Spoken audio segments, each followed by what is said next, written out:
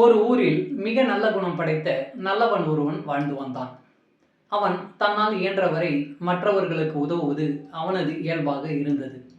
ஒரு நாள் சுற்றுலா சென்றபொழுது அவன் ஒருவன் மட்டும் சென்ற சிறு படகு கவிழ்ந்து விட்டது. கடல் நீரினால் அடித்து செல்லப்பட்ட அவன் யாருமே இல்லாத தீவு ஒன்றில் கரை ஒதுங்கினான். திகைத்து போனாலும் தன்னை காப்பாற்ற யாரேனும் வருவார்கள் என்ற நம்பிக்கையோடு காத்திருந்தான். அந்த பக்கமாக செல்லும் பெரிய கப்பல்களுக்கு ஜமிக்கை செய்ய தன்னிடம் இருந்த கைக்குட்டையை கொடியாக கட்டி வைத்தான்.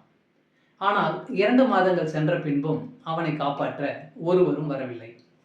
அவனின் நம்பிக்கை குறைந்தாலும் அந்த தீவில் வாழ தன்னால் இயன்ற அளவில் முயன்றான். அங்கே இருக்கும் வனவிலங்குகளிடமிருந்து தன்னை காப்பாற்றிக் கொள்ள சிறு குடிசை ஒன்றை கட்டி கொண்டான்.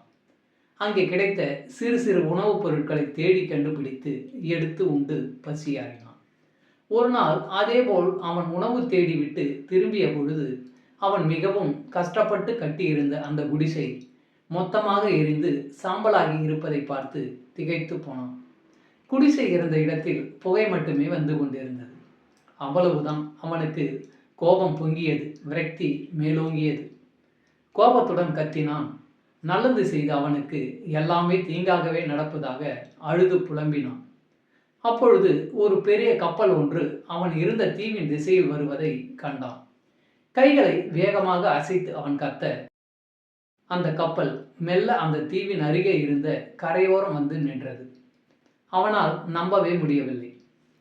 கப்பலில் இருந்து இறங்கி வந்த மாலுமியிடம் எப்படி இந்த தீவிற்கு வந்தீர்கள் என்று ஆவலுடன் கேட்டான்.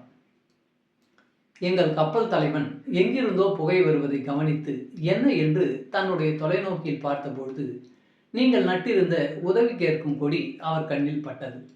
யாரோ உதவி கேட்கிறார்கள் என்பதை புரிந்து கொண்டு இந்த பக்கம் கப்பலை திருப்பி வந்தோம் என்றான் அந்த மாலுமி.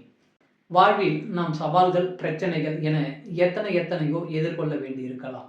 சில சமயம் நாம் நம் வாழ்வின் மோசமான நேரம் என்று நினைப்பது கூட பிளெஸ்ஸிங் இன் டிஸ்கைஸ் ஆக இருக்கலாம்.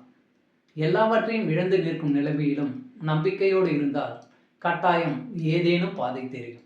இரவு நீண்டாலும் விடியல் தோன்றதான் செய்யும். நம்பிக்கைதான் வாழ்க்கை. நம்பிக்கையுடன் வாழ்வோம். வாழ்க வளமுடன்.